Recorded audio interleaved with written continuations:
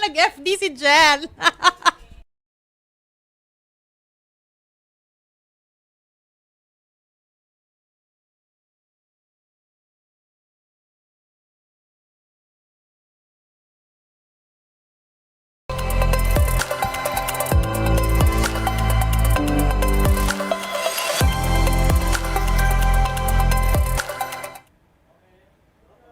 The news day continues here on One News Now. I'm Chiki Verhel. Vice President Sara Duterte's Chief of Staff, Attorney Zuleika Lopez, is being transferred from one hospital to another. From St. Luke's Medical Center, she's now being transferred back to Veterans Memorial Medical Center. To give us the latest on this development, we now have with us mobile journalist Amy Atienza. Hi, Amy.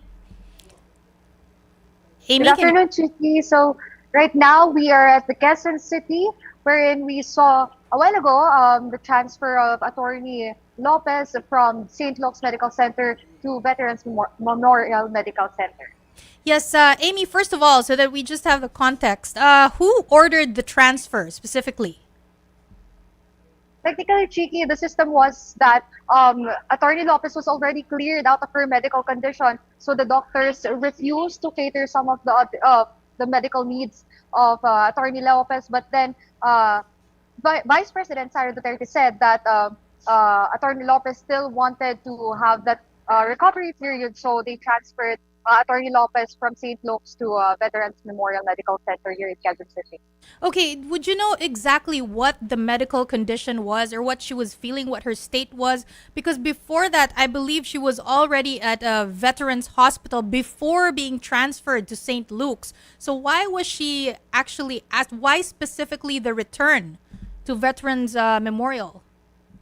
Technically, the timeline was Attorney Lopez was at the House of Representatives, and then she was feeling anxious because of a sudden barge in her detention facility. So she wanted to go to a hospital which could cater her anxiety and her alleged trauma when it comes to this kind of things. She was crying the whole night, and so she wanted to go to a hospital. So they went to Veterans Memorial Medical Center. But then Vice President Sara Duterte said she wanted more like a safer space or a much secure space for Attorney Lopez. So they went to St. Luke's, but then the doctor said that her condition is already clear and she has no problems with her health. So they wanted to just have that recovery period at Veterans Memorial Medical Center. And this was also because the doctors already refused to give her the medications that she needed.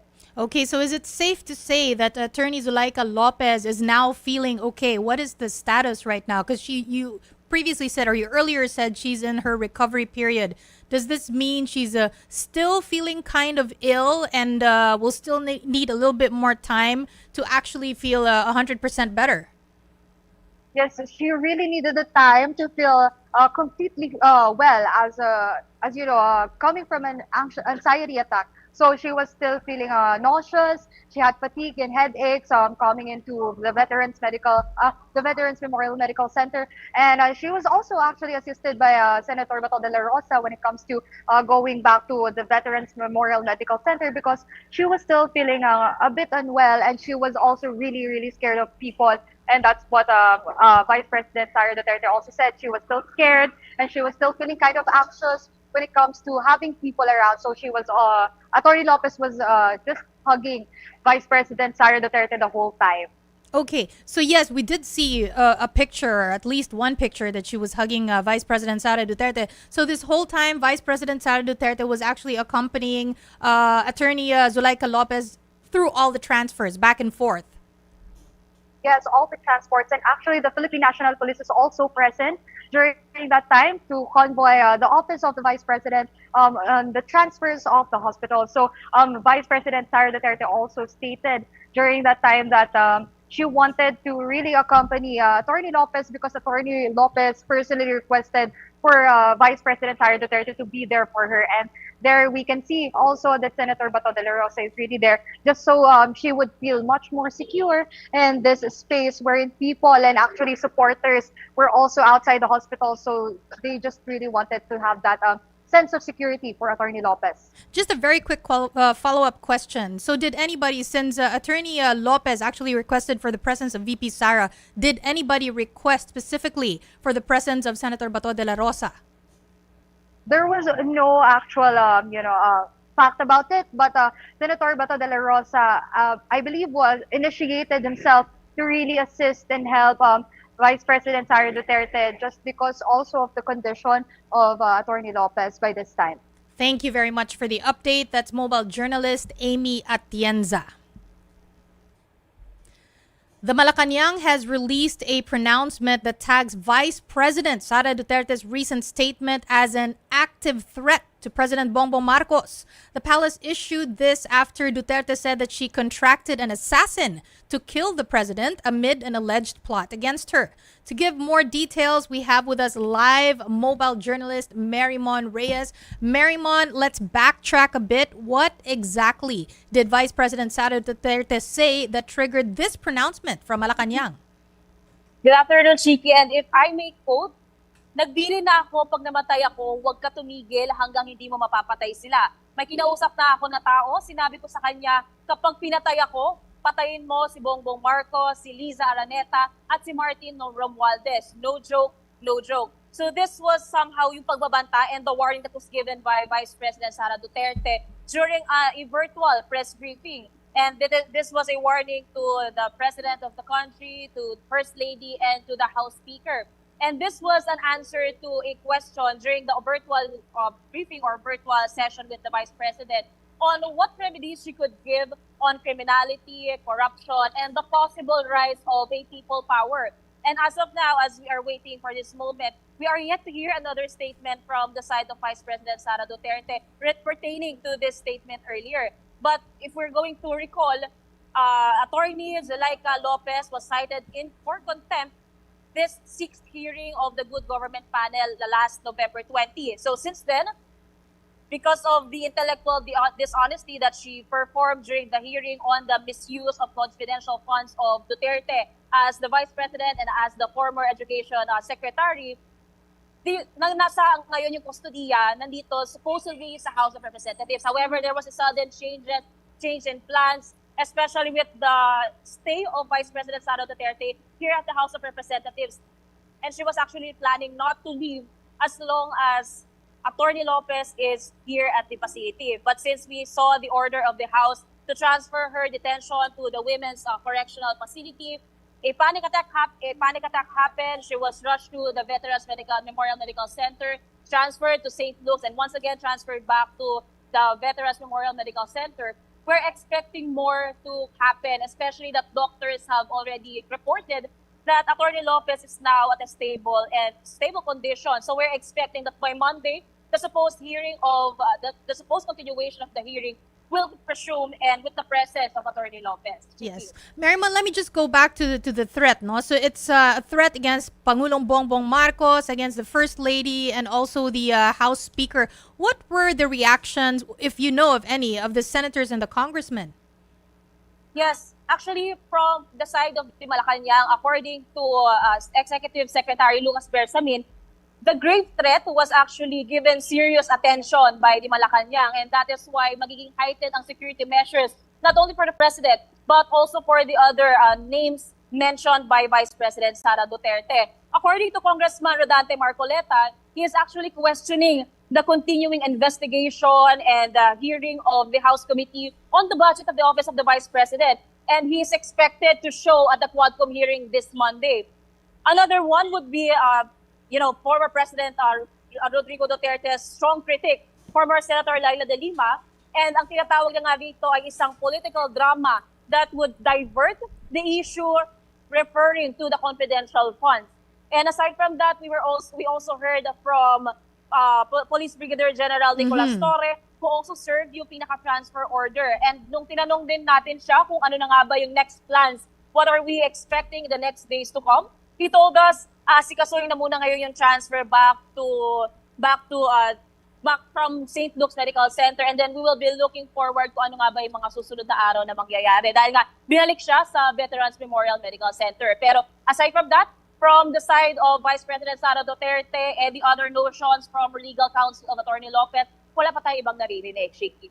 Right. Thank you for the update. We'll be waiting for developments in this story. Thank you very much, mobile journalist Marimon Reyes. If you recall, this all started when Vice President Sara Duterte insisted on accompanying her Chief of Staff, Undersecretary Zulaika Lopez, after she was detained in Batasang, Pambansa. She slept over in her brother, Davao City Congressman Paulo Duterte's office last Thursday night and insisted she also work there. This after the House Committee on Good Government and Public Accountability rejected her request to be with Lopez, who was detained after she was cited in contempt for failing to answer questions on the office of the Vice President's confidential expenses. Still, Vice President Sara Duterte was allowed to enter Batasang Pambansa out of courtesy. However, every night at 10 o'clock, power has to be turned off as per Congress's protocol. Despite this, the Vice President insisted that she will not budge. Kasi dito na lang ako maglalaba. Medyo madami naman akong t-shirt na nadala. No, I will not leave. Sabi niya, I need to do my job. You need to leave. Sabi ko, ano bang gagawin mo? Bubuhatin mo ako palabas. Sabi ko sa kanya. Sabi niya, hindi naman. I will just escort you out. Congressman Paulo Pulong Duterte had also written to the House leadership separately, requesting that Lopez instead be allowed detention in his office for humanitarian considerations. But this request was denied as well. For Congressman Paulo Duterte, the tightened security in Batasang Pambansa is completely uncalled for, as it is his sister, who happens to be the second highest official in the land, who is staying there.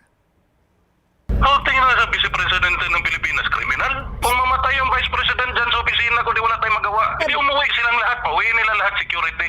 Marunong mo, bumaril ng tao yung Mayor Inday.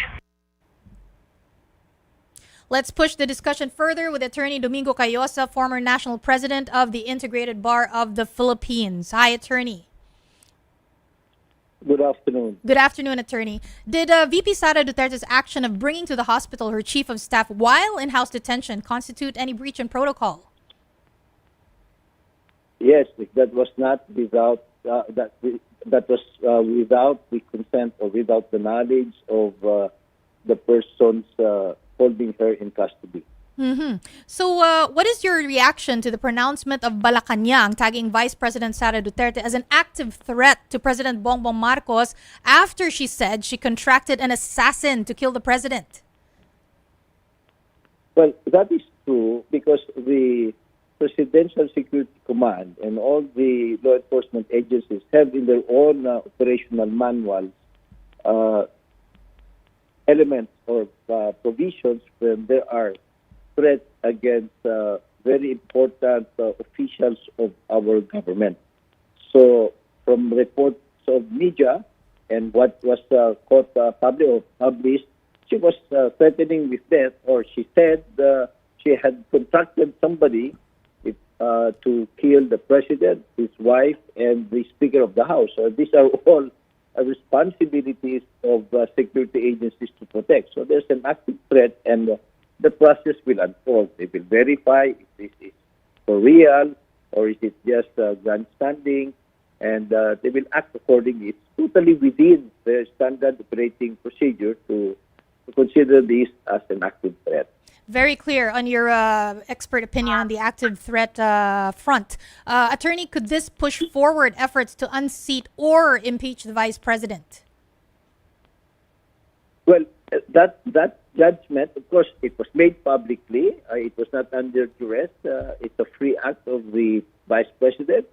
You can safely presume from a very high-ranking government officials that she thought about these matters quite way ahead of time. So it depends on the House of Representatives or Congress to decide whether or not they will file an impeachment charge against her. All right. Thank you very much. That was Attorney Domingo Cayosa of the Integrated Bar of the Philippines. And those are the top stories of the hour. I'm Chicky Verhel. We are One News.